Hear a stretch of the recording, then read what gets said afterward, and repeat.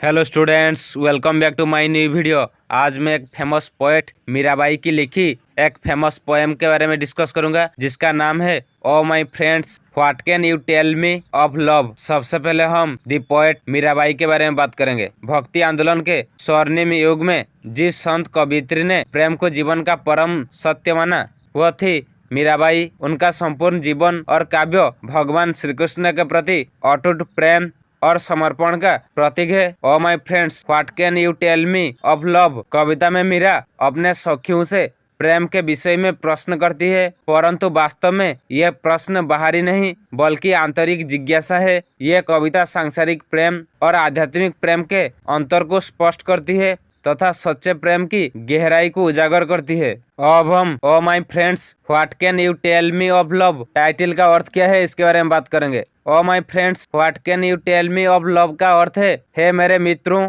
तुम मुझे प्रेम के बारे में क्या बता सकते हो। यह पंक्ति मीराबाई की जिज्ञासा को प्रकट करती है। यहाँ कवियत्री अपने सखियों से प्रेम के विषय में पूछ रही है, लेकिन वास्तव में वह ये बताना चाहती है कि सच्चा प्रेम केवल अनुभव किया जा सकता है, उसे शब्द में पूरी तरह समझाया नहीं जा सकता। अर्थात यह शीर्षक प्रेम की गहराई और उसकी आध्यात्मिकता को समझने की एक जिज्ञासा को व्यक्त करता है। अब हम इस पोएम की बैकग्राउंड के बारे में बात करेंगे। मीराबाई 16वीं शताब्दी के एक महान संत कवियत्री थीं। उनका जन्म राजस्थान के राजघराने में हुआ, परंतु बचपन से ही उनका मन श्री कृष्ण की भक्ति में लीन था। विवाह के बाद भी उन्होंने सांसारिक जीवन को महत्व नहीं दिया और स्वयं को कृष्ण की दासी एवं पत्नी मान लिया। भक्ति काल में दो प्रमुख धाराएं थी, सद्गुण भक्ति और निर्गुण भक्ति। मीराबाई सद्गुण भक्ति की उपासक थी, जहाँ ईश्वर को एक साकार रूप में प्रेम किया जाता है। उनकी कविता में यह प्रेम विरह, समर्पण और तड़प के रूप में व्यक्त होता है।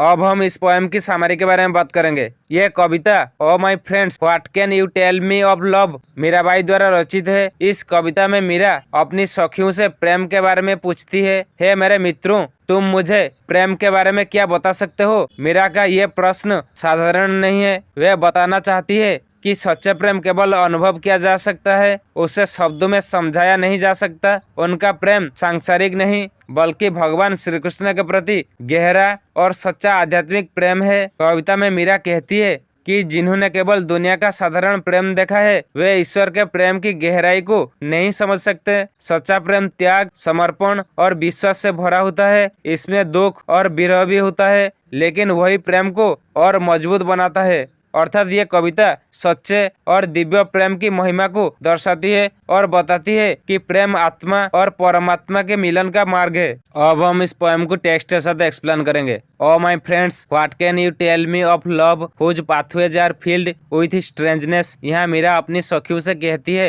हे मेरे मित्रों, तुम मुझे प्रेम के बारे में क्या बता सकती हो। ये प्रेम का मार्ग बहुत ही अजीब और अनोखा है, इसे समझना आसान नहीं है। When you offer the great one your love at the first step your body is crushed।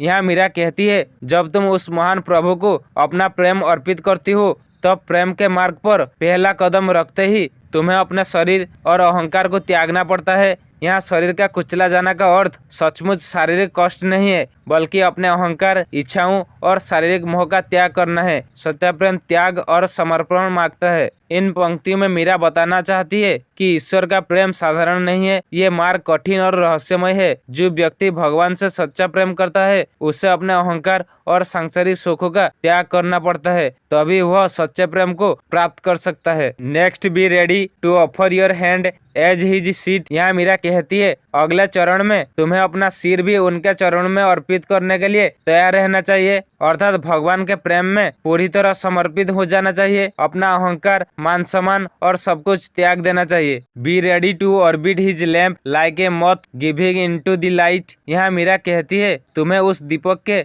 चारों ओर घूमने वाले पतंग की तरह तैयार रहना चाहिए, जो प्रकाश के प्रेम में अपना प्राण तक दे देता है। अर्थात सच्चा प्रेम में व्यक्ति अपना सर्वस्व न्यौछावर कर देता है to live in the deer as she runs toward the hunter's call. यहाँ मीरा कहती है जैसे हिरनी शिकारी की मधुर पुकार सुनकर उसकी ओर दौड़ पड़ती है, वैसे ही प्रेम में व्यक्ति अपने प्रिय की ओर बिना भय के बढ़ता है, चाहे उसमें खतरा ही क्यों ना हो। In the partridge that swallows hot coals for love of the moon. यहाँ मीरा कहती है जैसे भीतर चंद्रमा के प्रेम में तपते अंगारे भी निगल लेता है, वैसे ही सच्चा प्रेम कष्ट सहने के लिए तैयार रहता है। In the fish that kept from the sea happily dies. यहाँ मीरा कहती है जैसे मछली समुद्र से अलग होकर जीवित नहीं रह सकती और उसी के बिना मर जाती है, वैसे ही भक्त अपने प्रभु के बिना जीवन को व्यर्थ मानता है। इन पंक्तियों में मीरा बताती है कि सच्चा प्रेम पूर्ण समर्पण और त्याग मांगता है। ईश्वर का प्रेम इतना गहरा होता है कि उसमें भक्त अपना सब कुछ न्यौछावर कर देता है। वह पतंगे, हिरनी, तितर और मछली के उदाहरण देकर समझाती है कि प्रेम में कष्ट भी आनंद जैसा लगता है, अर्थात सच्चा दिव्य प्रेम बलिदान, समर्पण और अटूट विश्वास का मार्ग है। Like a bee trapped for life in the closing of the sweet flower. यहाँ मीरा कहती है जैसे कोई भंवरा किसी सुगंधित फूलों के बंद हो जाने पर उसी के भीतर जीवन भर के लिए बंद हो जाता है, वैसे ही सच्चा प्रेम व्यक्ति को पूरी तरह अपने में बांध लेता है। Meera has offered herself to her lord. यहाँ मीरा ने स्वयं को अपने प्रभु को पूर्ण रूप से समर्पित कर दिया है। उन्होंने अपना जीवन, शरीर, मन और आत्मा सब कुछ भगवान को अर्पित कर दिया है। She says this singles lotus will swallow you whole. यहाँ मीरा कहती है कि वह एकमात्र कमल तुम्हें पूरी तरह अपने अंदर समा लेगा। यहाँ कमल भगवान या दिव्य प्रेम का प्रतीक है,